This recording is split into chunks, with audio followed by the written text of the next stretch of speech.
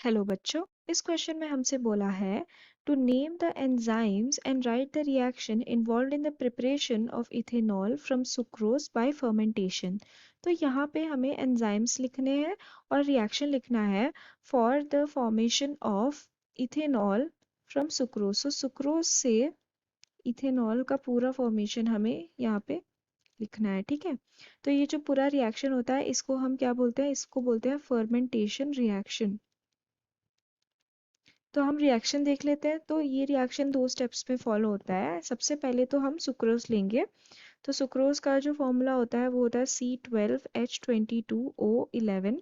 इसका रिएक्शन हम सॉल्यूशन में करवाते हैं वाटर के साथ। एंड यहाँ पे जो एंजाइम यूज होता है वो यूज होता है इन्वर्टेज, ठीक है। तो ये इस सुक्रोज को दो पार्ट्स में डिवाइड कर देता है, दो मॉलिक्यूल में ये डिवाइड करता है। तो फर्स्ट मॉलिक्यूल तो है वो होता है ग्लूकोज।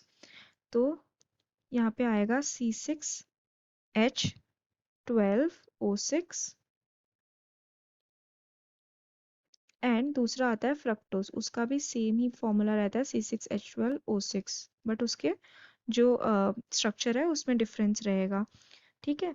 तो ये दोनों फॉर्म होते हैं। अब क्या होगा यहाँ पे? ग्लूकोज या फ्रक्टोज में से कोई भी रिएक्ट करेगा in the presence of another enzyme. तो यहाँ पे हम ले लेते हैं C6H12O6 एंड इसका रिएक्शन होगा एक अनदर एंजाइम से जिसका नाम है जाइमेस। तो इसका रिएक्शन होगा जब, तो यहाँ पे हमें मिलेगा 2 moles of C2H5OH that is ethanol, plus यहाँ पे 2 मोल्स ऑफ कार्बन डाइऑक्साइड मिलेगा, ठीक है।